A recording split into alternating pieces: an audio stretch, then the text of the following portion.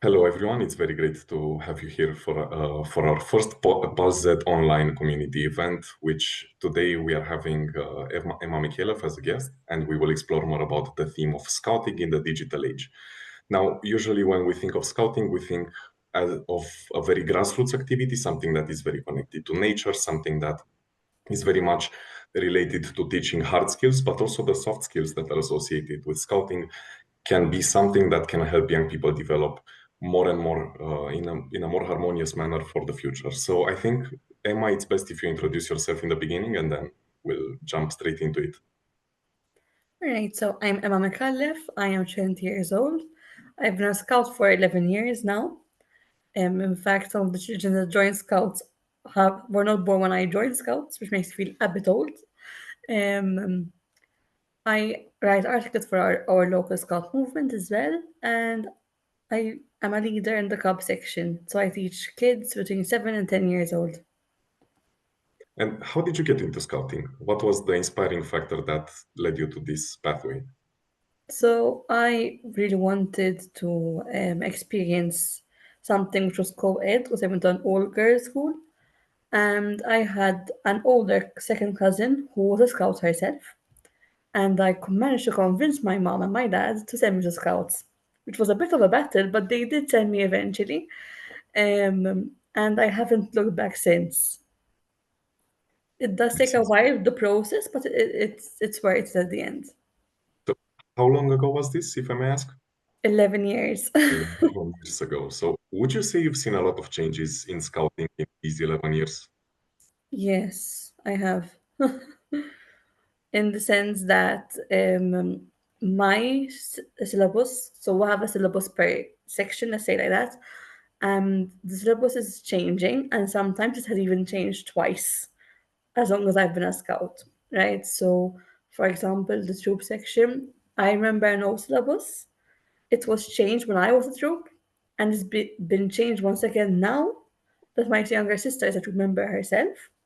So, sometimes they're like, this is happening and we don't know how to do this. And I'm like, don't ask me. I'm no longer, I don't um, work with the troop. And I don't remember this because it was not my syllabus, right?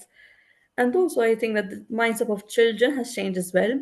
I think with technology being more in their hands, more than it was when I was their age, I think that some things they're more sharp on, for example, like certain, I don't know, like emotional behaviors. I guess like they're more aware of their surroundings than maybe we were.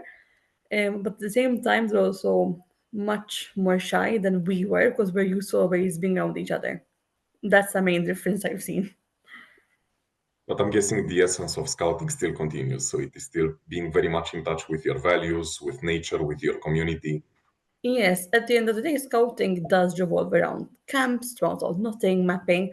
Those things don't really change, but we do make changes to them, right? Because the mapping that I learned was solely based on a physical map, whereas nowadays we even teach kids how to use Google Maps and digital maps because knowing how to read a physical map in this day and age is no longer as, I guess, relevant to children when there's a phone in their hands, right?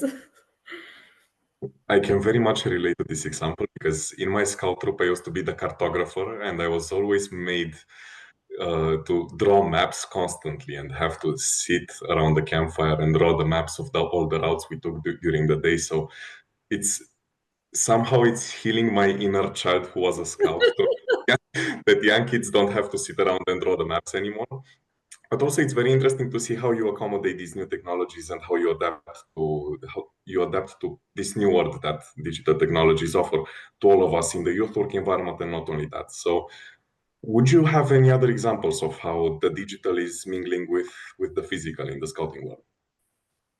Can you repeat the last part, please? Would you have any other examples about how the digital and the physical are mingling together in the scouting world?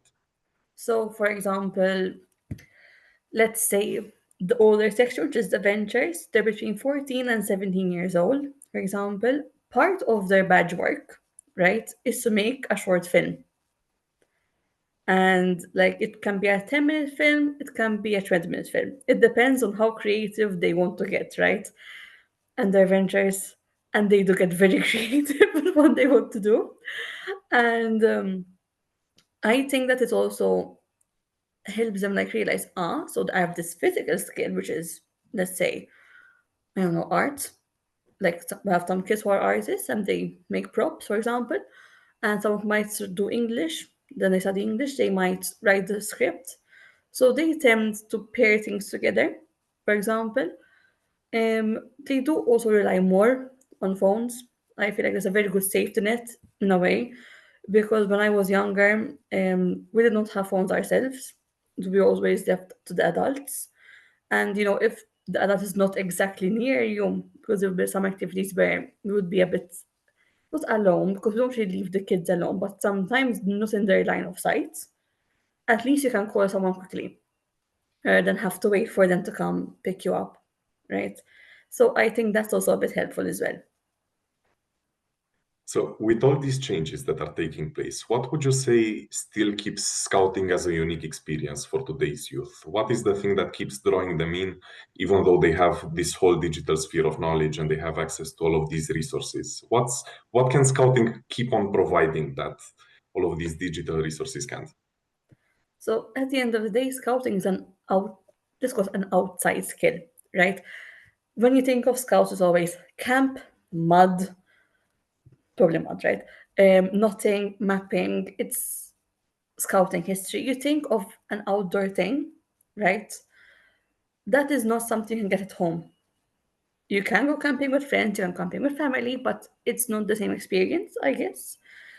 At the same time, it's also a bit like a big happy family, right? Because the older kids, we kind of encourage them to help the younger kids, and we kind of even organize activities where the older ones are in charge and that inspires the younger ones and teaches them skills that sometimes I would miss out on because I know the skill, but I don't think that it's like as interesting for the younger ones until the older ones do it, and suddenly, oh wow, it's amazing, which happens. But if I tell them it's boring, because apparently I'm old, and the kids think that, right? But it's okay.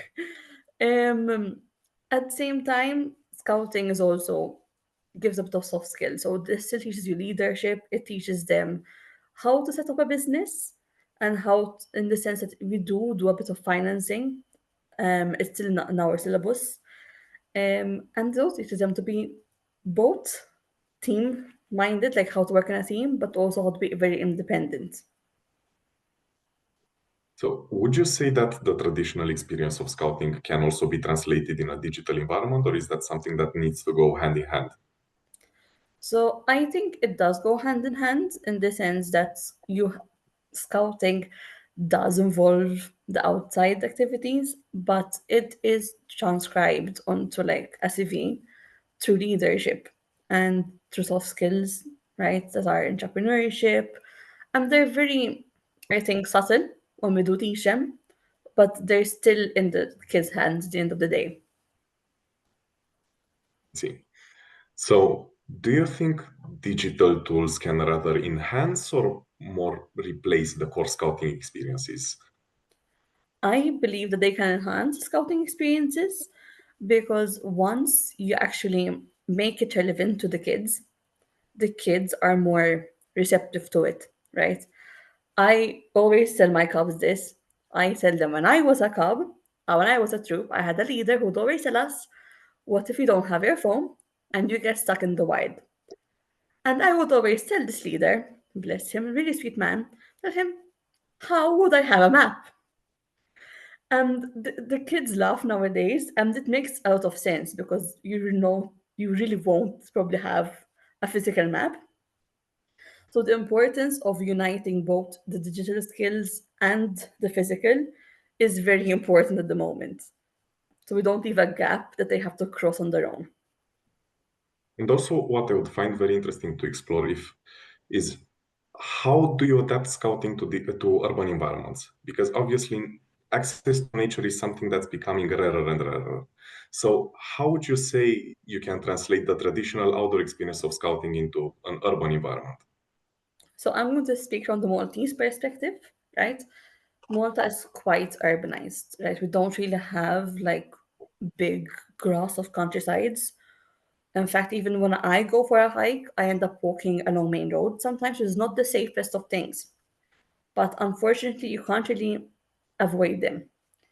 What we can do as adults is that when I plan a hike with my kids, which are 7 to 10, it won't be a very long hike, first of all, because they're small, but I would say I go somewhere which is amongst nature, or else I would say that hey, I'm going to stay in my locality, but at least they observe the highway code, which is like walking on the pavement, single files, these kind of things. Unfortunately, we do have to always keep an eye out, especially because people do drive recklessly, unfortunately. And so we always have normally an adult walking on the side of the kids at different intervals of the group so that the kids are always safe.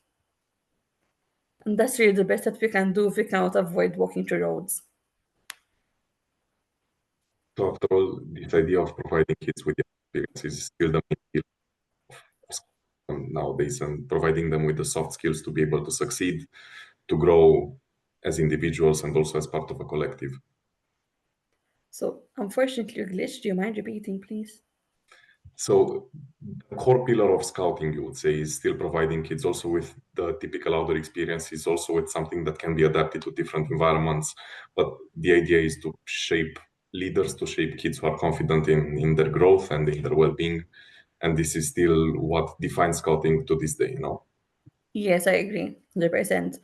We do always do outside activities and outdoor activities, and we try as much as possible to kind of team it with like pair it with like a soft skill. Like sometimes we plan, for example, a hike, and we plan, I don't know, team building games beforehand. Sometimes we plan a day at the beach, and we plan mapping skills or stargazing. We try and go hand in hand as much as possible while still making it interesting for the kids as much as we can. Out of this skill building process, do you say that more or less the traditional skill set associated with scouting is something that is timeless, or is it something more flexible that also needs updating with time? Because you said about the syllabus and the curriculum associated with scouting that that's adapted. But would you also say the skill set itself is something that's switching from era to era? Well, I think that the core itself is timeless, right? The core, which is leadership, which is team working, which is working alone, that is kind of timeless. Like, no matter what, it's there. But when it comes, for example, mapping, I'm catching on mapping was I don't really love mapping that much. So I focus a lot on mapping because I have to actually study it before I teach the kids because I'm always updated. Um, Mapping, for example, there is now the Google North and the True North, right? There are four kinds of Norths now, right? First there were three. It's not a huge change. Like it's not the end of the world kind of change. It's a small adaptable thing. But had I not read it, I wouldn't have known. So some changes you have to update yourself. But I mean, at the same time, a knot is a knot. No matter how many times you try to do it, it's still always up a knot. You get my point? No one can ever change a basic clove hitch or a basic thumb knot or a basic bow tie. Those will always remain the same. But then some things along the way, they do end up changing. But it's not a huge change. It's how we teach it that changes in reality. And leadership somehow still stays as a core value taught to young scouts. Yes, yes, always. It starts from very young.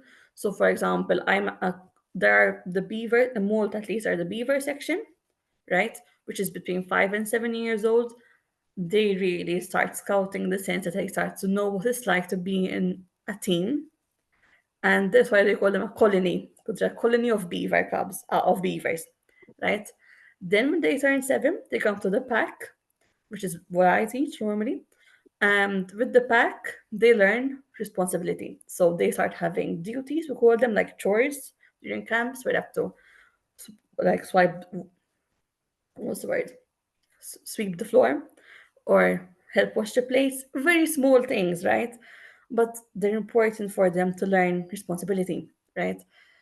At the same time, we start saying, this child is, for example, really responsible, and this child is a bit shy. So, for example, after an amount of time, we say, okay, we are going to put you as what we call a sixer. That's a group leader, and you have this assistant sixer. So I know that, for example, I'm teaching you that, Isma, if you work hard, I will reward you with a sense of responsibility and leadership, where you are looked up to. In troop, they have the similar system. So sixer and second sixer, they have a patrol leader and assistant patrol leader, right? Because again, they're between 11 and 14, so there has to be someone that's in charge of them. And then obviously there's always a leader supervising them, but in that patrol and in that six, there are two people that are kids themselves who understand their problems more than I can understand because I'm 20 and they're 10, right? There's a whole, it's not a very big gap. If you think it's only 10 years, but even their mentality as children has changed from when I was a kid. So I try to understand, but even the way I approach things is very different, which is amazing to see, mind you. And then with the older kids, especially, they actually self-elect a council. So they have like a small council with a chairperson, a treasurer, a quartermaster, which keeps in kind of track of the things in the HQ, and like they have an events planner as well, which is crazy because these are 14 to 17 year olds and they have a full system in place and they're quite organized. They set up meetings, they planned meetings themselves, they set up activities by themselves sometimes, and then they get the leaders like, oh, we planned XYZ at XYZ location. You're free, right? And the leaders have to obviously go with them without normally being involved in the direct planning. They still make sure that it's safe, right? Because that's our job as adults. But it's amazing to see that you watch a kid, right? And you see them from a young 5 year old and they become a cub. And then you start giving them responsibility. They become a troop and they learn what it's like to actually lead a group. Then they become a venture and suddenly they're like, oh, so all I've learned is teamwork. And now I have to work for myself. And that's a big change for them. I remember that change. I was like, I was always in a team. How am I doing this alone this time? No. But that change actually really helps you when you start college and university. It saves me honestly, because that sense of like, okay, I can work alone. I don't need to be handheld. It changes how you think as well. So I think that bit of responsibility starts small, but and it's not really something that you think of like, wow, like it's a big deal, but it does really help them when they actually become adults. And I think it's very remarkable how even young kids can be trusted with authority by their peers and also by people older in age. Because after all, this initial trust, this initial feeling that you can do something by yourself, I think this is the most motivating factor in any sort of youth work activity. The fact that you are trusted with doing something right, which is something that I'm guessing both of us know at an early age is very much a privilege. Yes. So And a big honor. Like I like to tell my clubs that I'm really proud of you. I'm really proud of how you're adapting. I'm really proud of how you overcome this challenge. Because sometimes, even me as an adult, I'm like, how do I make them do this? Like, I don't know how to tell children sometimes how to do the things that make sense to them. Because sometimes it's like, for me, it's obvious. Like, you sweep the floor, you sweep the floor. For me and you, it's an obvious thing. For them, it's something they're learning for the first time. So I'm like, you grab the broom, the broom goes swish. The kids themselves, they actually understand what it's like more to help. So, and you see their faces when they become the responsible one per se. They are so happy with themselves and they're so proud, which makes me really happy at the end of the day, because the sense of gratitude that comes from them is unbelievable. Because they did the work themselves, they got there because they earned it, but they are thankful for all the trust that their friends have in them, and it's amazing to see. it is very much the pride of their own work as well, I'd say. The fact that they can see their own achievements with their own eyes, the fact that they can get, let's say, maybe real-time feedback from their peers at the same time. So all of these small things that maybe we might consider smaller right now, for them they are very big achievements, I'd say, and they are great feelings of gratification knowing that they are doing the right thing. But what I think would be very interesting to explore is how would you say that the education that you get done through this non-formal environment, which is scouting, differs from what kids and young people get through the more formal pathways, so obviously high school and grade school and so on. So I think that the main difference is that, first of all, we're quite, let's say, I know all the kids in my section. So I know them by name, I know them by their character. And I try as much as possible to give them like what they need to work on. So if I know that, for example, you're really good at mapping, I won't give you mapping. I'll give you nothing because you're not good at that. It's cruel. I know it's cruel. As the children think that's a bit cruel. But I do so that when they are older, they know how to do the bad thing. Like it's called the bad thing, the hard thing that is for them. Unfortunately, at school, they sit down all the time. If they want to go to the bathroom, they have to ask. And I hate that. As a club leader, I really hate that. They have to ask to drink water, which is a basic thing. And then they come to us and they're like, "Can I go to the bathroom? Can I drink?" And I tell them, "Would do you think I would let you not drink? I'll be like, I will never do that to you." But to them, it's such a huge thing because they ask permission for what I feel like are basic things that they should not be asking to drink water because drinking water does not distract a teacher from teaching, which but it is something which I see all the time, especially with the younger kids. They ask us a lot because they are concerned that if they drink water, they distract us. So that sense of like I must obey whatever they tell me is huge. And I get it, you have to listen to us. Like when it comes to safety, yes, please listen. Please. But you can tell me, Isma, I disagree with you. I don't mind that. You can tell me, for example, you're right, but I prefer doing it this way. That's okay as well. Right? I really like it when the kids tell me it's mom. I'm not so sure about that because that means that they are comfortable enough to come to me and tell me it's mom. I don't 100% agree. And that means that they, one, have realized that they feel comfortable talking to an adult.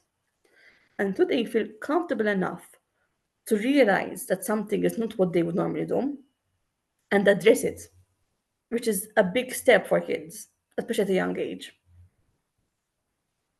Somehow first step towards autonomy, we could say. Yes, yes, definitely. Adulthood is something that's one of the first steps you need to make in this process. And obviously, as you grow in age, the challenges become more and more complex. You have to be able to take charge of yourself in the first place. And then out of that, decide your own paths. And I think a lot of people would be really curious to know. So obviously, you develop all of these skill set, which is very specific to scouting. But what would you say are the most transferable ones to the workplace? Because once you transition to the adult life, it seems that after a certain point, your whole life revolves around work. But obviously, Fair enough. No, I understand. It takes up a very big part of our lives. Okay, like it's real. The amount of time we spend at work is huge. So I understand your point. I think the most transferable skills are the soft skills. So that like responsibility, leadership, team building, working alone. These things are the ones that you end up using the most. Because no matter if you're in my case, you're the midwife. No matter if you are a nursing student, because this is what we have in our school group right now. No matter if you are studying commerce, if you're studying, my friend is studying DNA and biochemistry, whatever you study, no matter what it is, if you're in the army, my friend in the army, though, obviously the mapping, nothing, that's all his job, right? So for him, those are more applicable than they are for me. But I think that what really helps, especially when you have, like me, a people to people job, is that I'm used to speaking. I'm used to it. It's like a comfort of mine in the sense that I've grown used to speaking up and I've grown used to talking to people which I don't necessarily know. And because of that, I'm comfortable going up to a client for the first time, like, hi, good morning, how are you? Blah, blah, blah, blah, blah. And they don't stop for the next 12 hours. I'm joking. I do give them a bit of silence, right? But I am very talkative. I enjoy that human to human interaction. There are skills like, for example, nothing, which we do use every once in a while. Like, we don't really plan this, but like sometimes, like my friends, we go out and for some reason, all our wires get tangled. I kid you not. We will have our chart, they'll get tangled. Or it's like jewelry, you tangle jewelry. As a woman, this happens all the time. If you tangle jewelry, it doesn't come off easily. And I, through scouting, I kind of know which way to tug off, which is very funny, right? But yes, I think that the soft skills are obviously more applicable, like all round. But then it kind of depends on the job that the person has. Like obviously the guy in the army, his job is literally basically adult scouting. So let's put it that way. Like he does napping, he does like nothing. He goes out, he patrols. For example, let's say swimming. We do teach the kids swimming and safety at sea. For example, we do teach them also first aid. So, for example, for me, going from first aid, I'm going to work is like, plus, plus, plus, plus, plus. So it does sometimes apply, but it won't be maybe 100% fit. Let's put it like that. But in a sense, it's also about not taking everything word for word or skill for skill, but more about developing yourself as a whole, I'd say, and about giving yourself this opportunity to explore what the real world is like, to explore what suits you best, to explore what your needs are after you grow up and after you start creating your own path in life. And I think a lot of people also, if you have a well developed sense of autonomy, you also realize at one point that maybe your path diverges from other people's path, and that's also very okay. That's also very okay to take a step to the side and see where your own path is going to take you. And coming a bit on this, would you say it's common to see former scouts or scouts in general go towards their own path more and prefer something like entrepreneurship compared to a traditional career path? Yes, actually. I feel like a lot of scouts are more, let's say, likely and more open to trying something which is not in their comfort zone. And we are more likely to say, oh, let's open a business. It's very funny, right? When you think of it, it's not directly applicable. Scouting does not teach you how to open a business A to Z, right? But I remember when I did a company program and I was in sixth form, the skills of scouting and dealing with the problems of like people having arguments at scouts as a patrol leader, I then went there and I was like, okay, I was basically an HR because I knew X, Y, Z of everyone. So I knew how to handle this personality, that one. That sense of responsibility was directly transferable. And since we're quite used to, unfortunately, things not going according to plan, because when you go camping, you plan a perfect camp. Suddenly, wind, rain, a camp breaks. These things, they happen, and you don't plan for them, no matter how much you try. Sometimes they do happen. So that idea that you can adapt, adaptability, it's huge when you have an entrepreneurship and a business. It's huge. Like if you don't adapt, you sink. It's a sink or flow situation. And we teach the kids a lot this. Like you have to adapt to anything. So we give them competitions, we give them challenges. And that is why the when they become adults, they're like, okay, what now? They're quite unfazed most of the time actually. So I think we're training the next generation of like either entrepreneurs or like bosses in the sense like they know what they want in life, and that's good. That gives me a sense of like peace as well. Is confidence in yourself, knowing that even if you don't do the right thing, you can always adapt and make sure that the next time you do something, you do it the way you wanted to do it. So it's I feel like there's a lot of very valuable skills here that really transfer into this sphere. And also, if we were talking about this, do you also have some examples of scouts who have set up successful businesses? Do you have any sort of inspiration for So that I know of, there are some scouts who, for example, do photography on the side. There are some scouts like me that I do a bit of journaling on the side. There are quite a bit of scouts, right? For example, a very famous one. I will not mention the brand that they made because it's a big brand. Not Maltese though. A scout made a brand which is now known worldwide Okay. because I don't think I can say the brand right, but the it's huge. Like every like you would see this brand when you go shop anywhere, right? So this is a brand made by a scout, and you don't know that they're scouts. No one knows that they're scouts, right? But that's okay because it's not the most important thing about that person. But that means that they probably adapted. They use their scouting skills. These kind of things. The adaptability, I mean, can be taught anywhere else. You're right, but the physical adaptability, it's like a snapping. It's how I can describe. Like you snap into work. So I think it's very useful. And in fact, I do see it. Like when see someone that's a business owner, sometimes they're like they panic with change. That's okay to panic. Like panic. Take your time to panic. It's okay, and then act. But a scout, for example, they might be like, "Vroom," and they switch personalities. That's what I do. I go from 0 to 100, and it's okay because that's, for example, how I react. Like I'm like work mode kind of. So you give and take.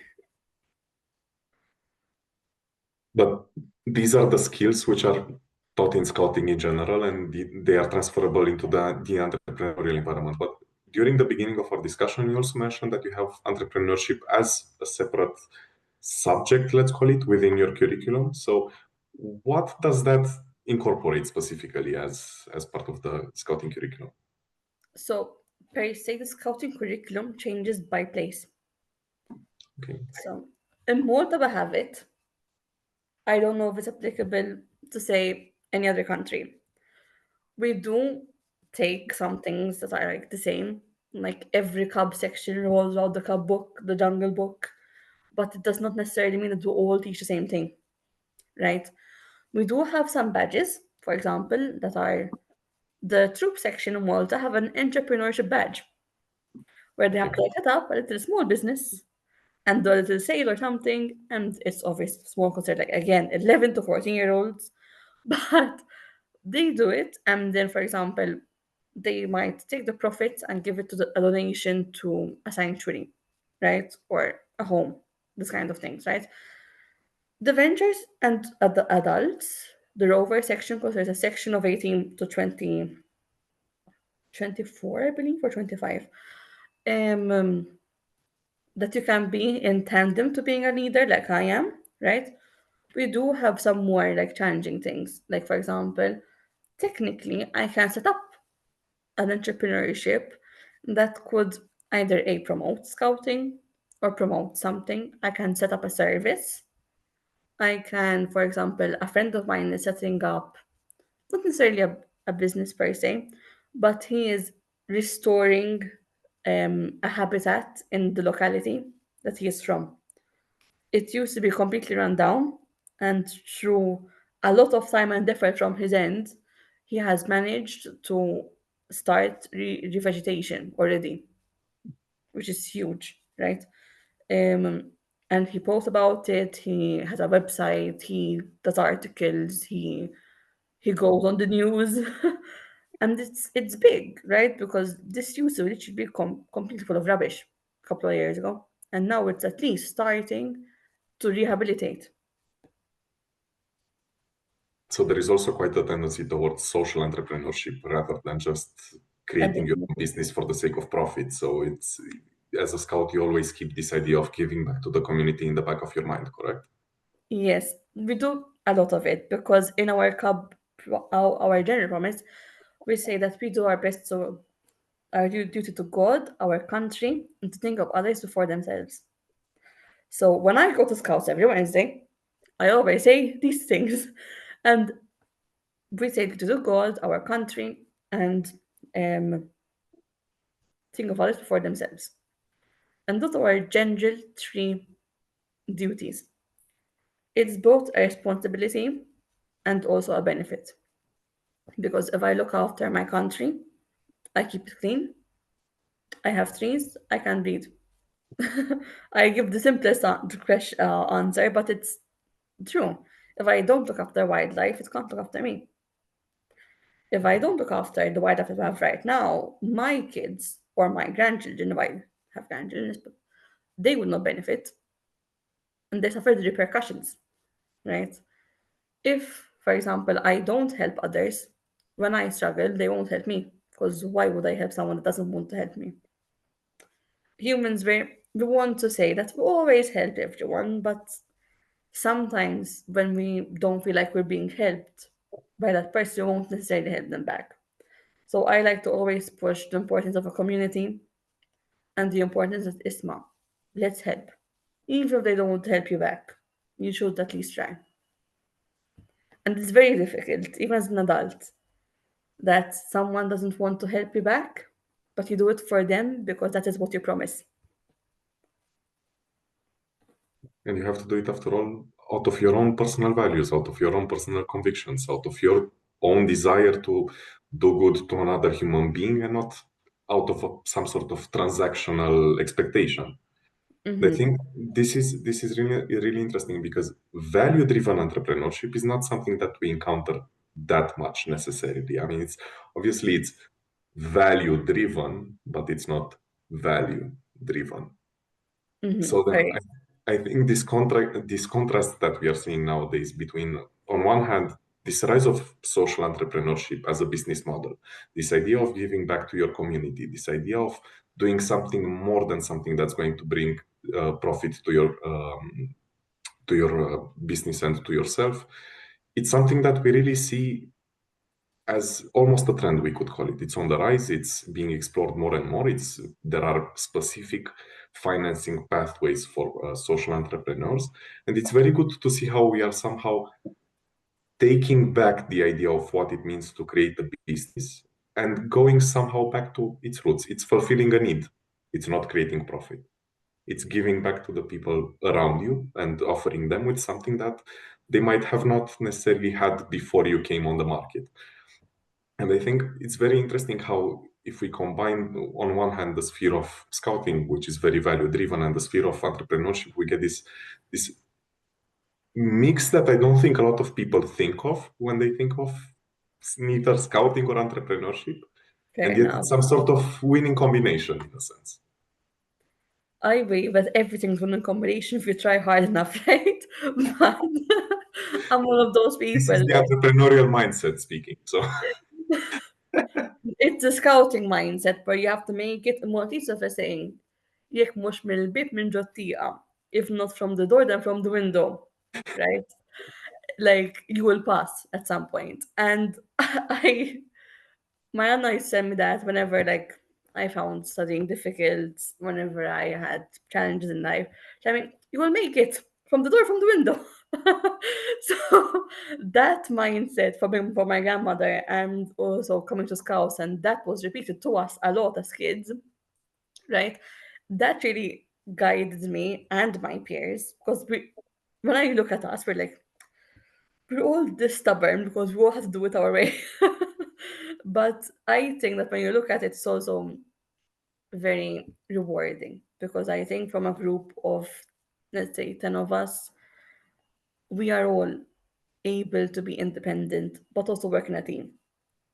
We all know how to act and when to act, right? We know when to let the kids take charge because they must learn as well and when to hold them back. And that's very important. For me, at least, it's very important. Because then you realize that our time hasn't ended, but we know how to do it. So it's our responsibility to teach them. So we have to now transfer these skills somehow, but not through Bluetooth somehow, and get it to these kids. And in an age where they're always on their phones, it can be challenging because sometimes you want to plan something for them and they're like, but I want to play on my PlayStation, I want to play on the phone. And I'm like, no, no, you're not. Like, come, let's come to Scouts and let's do something. And we do incorporate, like, I like to incorporate digital games and stuff. Like yesterday evening, I had my session with the Cubs, and they made an online game, and they had made it on all the scouting skills they did so far, because I was difficult as well. And I gave them 31 questions, three different knots to do, and mapping. Poor Cubs, right? But they learned, and by the end, they only got like 7 questions wrong total, like combined from two groups, they got Oh, 7 questions wrong. So, but you have to make it interesting. You have to combine the fun and the scouts. would you say to some extent that it's difficult to make sure that scouting keeps its relevance for young people, not only in the Maltese context, but more broadly speaking? Can the scout movement still stay relevant looking at the things that are happening around us and seeing the way that education is shifting from the physical environment to the digital one? I think yes, because I always tell the kids, it doesn't matter to me if you like scouting or not. That is your choice, not mine to make. But what I can do is teach you what I know and hope that what I know can help you through life. So if I teach them first, I tell them, okay, you might hate this, but what should you do if someone has an emergency? Who do you call? What numbers are you going to call? What do you say? And it's it seems stupid, but you have to take chance for these skills. And no matter how old you are, it's important to know what to say, right? Because especially in case of an emergency, like first aid, because I took that example, it's very important to know what you should say when you call an ambulance, because that can count seconds or minutes, right? Saying the location is like you have to say your name, location, and what happened. 1, 2, 3, and listen a minute. Because if the line cuts because of lack of service, at least they know where you are, right? So I had to teach them that skill as important. For example, the outdoors, look, they do complain. They don't like walking. And that's okay. I don't like walking for 20 kilometers a day either. That's realistic, right? But when we go, they still enjoy it because we get a speaker, we get a playlist, and they basically dance half the way and complain the other half. And at least they're dancing half the way, right? I joke about it, but they're having fun for half of it. They're suffering up the hill the other half. A bit of balance of life, right? They they do enjoy it because they go to school or this place. I have a younger sister, so I hear the kids' perspective all the time, which can be a bit tiring because she's 14 and obviously they complain a lot. But I love her very much. And all her friends tell me as well. So it's like I hear from one child and the next and the next. And it's tiring for me, but I really love hearing them. And I let them to be it's my fault. But and they tell me, for example, I really did not like walking up that hill. I'm like, okay. Then they're like, oh, but you know what? This person did this, they did this, and we had that, and then we did it. And they go on a rant for half an hour in my car as I'm driving. And I get to destination, and the kids are still talking. Okay, and you think, okay, what do you mean by that? But that means that they had so much fun, and they enjoyed it so much that they have been ranting nonstop for 30 minutes, right? Or, for example, mapping is not a skill that many people like to do. Unless you like maths, you're going to hate it. And that's okay. So you have to make it fun. We have to make it fun as adults because they're kids, realistically. So you make it interesting. You give them mapping and you give them sightseeing. I do it a lot. Like I believe that mapping is more than just the map. And by recognizing the signs on the map or your landmarks, that's to me almost more important, right? Because if I know that, let's say I'm in London. It's like a typical, everyone knows where London is, right? And I see the London Eye, and that's to my left. And I see the Big Ben over there. Then I know that where I am on the map, because if they're on the map there, I can therefore conclude where I am. So I like to teach that skill a lot to the kids because they will get lost. I get lost. So they will get lost as well. I joke about it. I do tend to get very lost. And that stupid skill, because it is a stupid skill, I admit that saves me a lot of time because when I see on the map that's point A and that's point B, therefore I must be here, is huge. Because sometimes I have older kids, because I do help the ventures a bit, and they don't know where they are on the map because they did not follow with their finger where they're walking. And I'm like, okay, where is that landmark? There. And where's that one? And when their years are in their head, you see a face like, oh, that makes sense. And really enough, a friend of mine started university, and that skill is helping him navigate the university campus right now. So it works. So I don't really think that we're not applicable. I think that it is applicable and they do enjoy doing it. But it depends on how we as the adults make it applicable. You get my point?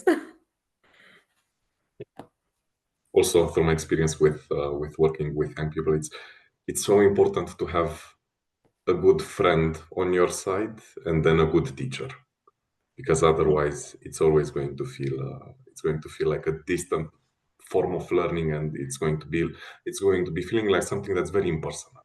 It's just a skill that you learn for the sake of learning it. It's just an information that you acquire for the sake of acquiring it. But if you are not there to support the entirety of the process, then there's no value to it. Exactly. That feeling when they are personal and you get personal down to their level, they enjoy it so much because they know that they can trust you. And as adults and as a society, beyond scouting now, we have to be reliable for the children.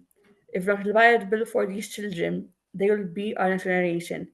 And if they are grown, a generation that they cannot rely on, and they don't feel any sense of attachment to, what will they do to the next generation?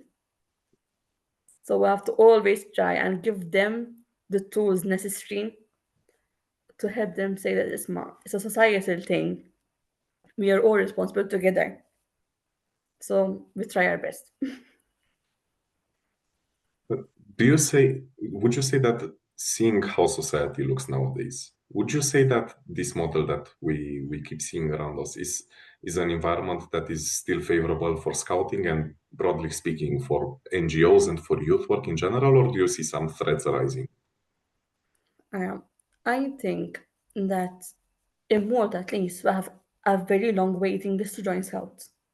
Like the assistant commissioner said that it was around thousands waiting to join Malta Scout groups. There's obviously a limit because legally I cannot have more children than I can look after. Because if something were to happen, you know, I have to look after them well. So that's always a limiting factor. There's always a threat that, education will always come first to me, and I encourage the kids as well. I cannot tell you, this mom is a lecture, it's okay to miss one week, it's only one. When then I go to everyone myself. We have to understand that education does come first. And sometimes, as in Malta, it's very intense because, especially at the venture age, between 14 and 17, they have two major exams, which depend their entire life.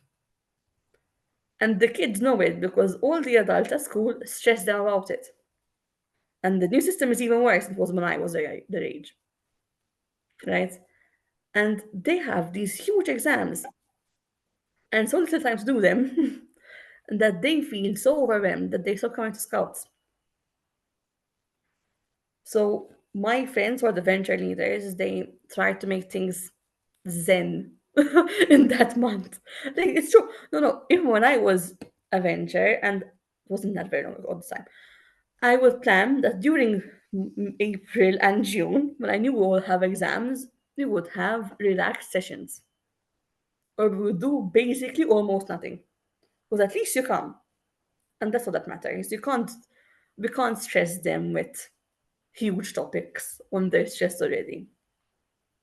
So I think that the main threats to scouting itself is that we don't adapt to the kids. If I don't adapt to you, you don't feel safe coming, right? Because why would you come if I know I won't give you a hard time? No one wants to do that. We don't want them to feel unsafe, right? Um, Another chat maybe that's coming up is that realistically, it's easier to stay home and play on your phone or go to work because we do have to work to keep living our lives. That's reality. And that will take over because, for example, let's look at a young adult, my age 20, 21. I'm a university student, or they're a university student, okay? And they would like to start a business one day. They look at the insurance rates. And the insurance rates for their job or the insurance rate for the thing they want to do is insanely high. What are they going to do? They would love to start an entrepreneurship business, they would love to start a service, but when they look at it, they can't afford it for now and the next 10 years. And then what if they want to have kids? Are they going to have kids and struggle at it as well? So it depends on the person a lot, right? I think that the cost of living does affect us as well. Because even I, sometimes I'm like looking at my finances and I'm like, like how do I manage with buying my things for scouts? So I have to buy some things that once in a while you wear through them, right? Some my things for school, my things for myself. I have to buy clothes, jewelry, these things. You have to buy them a bit of gift. And you look at it, and those are the biggest stress because when they become adults and upper teenagers, that is their biggest stress. How do I afford being alive? It's huge Yeah. because even my friends at university right now, today was discussion on where we would buy a house because they're so expensive that we're saying that we won't buy one for now. When like their parents get married, they won't buy one for now because it's so high, the prices. It's almost like you have a starter pack and all the other packs to buy things are up here and your budget is down here, right? So then it comes down to it. What are you going to keep a hobby, which is scouting, entrepreneurship, or are you going to make and to survive? So I think that's very big as well, because obviously your time is money and time is precious. So you can't spend 4 hours a week at scouts, 4 hours a week at your doing entrepreneurship, and then not spending any time at home with family. Because we are social beings and we have to spend time with family or with friends because we're social after all. It's meant to be like that. That's how we are biologically and socially. So we can't punish ourselves to have all at once. And this, I think, a never ending cycle. Because I see it all, it's a never ending thing. And I don't know exactly how we can change it.